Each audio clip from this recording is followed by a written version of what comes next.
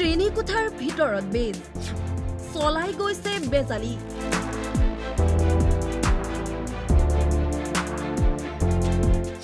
কিন্তু কিয়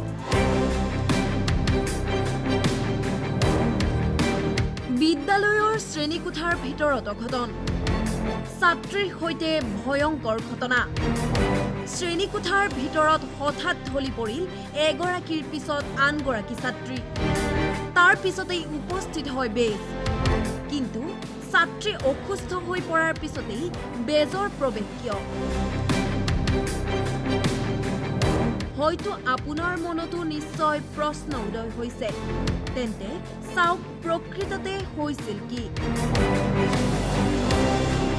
এই দৃশ্য কলিয়াবৰৰ আমবাগান উচ্চতৰ মাধ্যমিক বালিকা বিদ্যালয়ৰ পাঠদান চলি থকা সময়তে শ্ৰেণীকোঠাতেই ঢলি পৰিল 9 গৰাকীকৈ ছাত্ৰী তাৰ পিছতেই লাগিল হাহাকাৰ বিদ্যালয়খনত শয়তান থকা বুলি বেজে চলালে বেজালি পূৰ্বেও এইখন বিদ্যালয়তেই বহু কেইগৰাকী ছাত্ৰী অসুস্থ হৈ ঢলি পৰিছিল বাৰম্বাৰ এনে ঘটনা সৃষ্টি হোৱাত বিদ্যালয়খনৰ শ্ৰেণীকোঠাত অলৌকিক শক্তিৰ প্ৰভাৱ পৰাৰ সন্দেহত বেজে চলাইছে বেজালি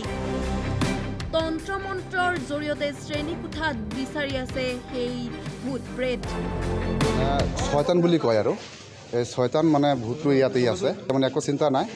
দৰ্জা মধ্যে বন্ধ কৰি থৈ দিয়ক আমি মানে পূজা এটা ধৰিম পূজাটো মানে 4টা 5টা বজাত ধৰিব লাগিব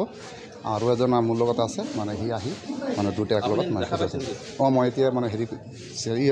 চেক কৰিছোঁ চেক কৰি মানে পাইছোঁ আৰু বস্তুটো বেছ হয় সন্যাসী আপনাৰ নাম কি নীৰেণ বৰ্মন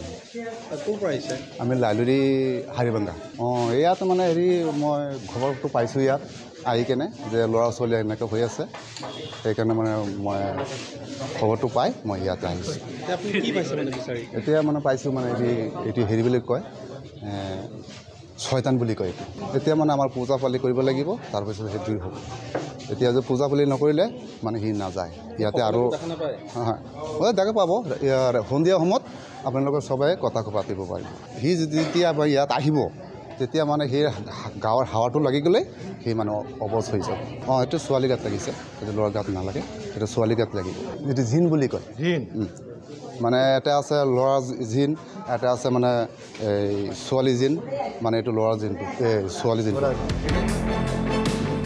এনে ঘটনাৰ পুনৰাবৃত্তিয়ে এতিয়া চিন্তিত কৰি তুলিছে বিদ্যালয়খনৰ কৰ্তৃপক্ষ শিক্ষক শিক্ষয়িত্ৰী তথা অভিভাৱকসকলক কলিয়াবৰৰ পৰা দীপু বৰাৰ ৰিপৰ্ট টাইম 8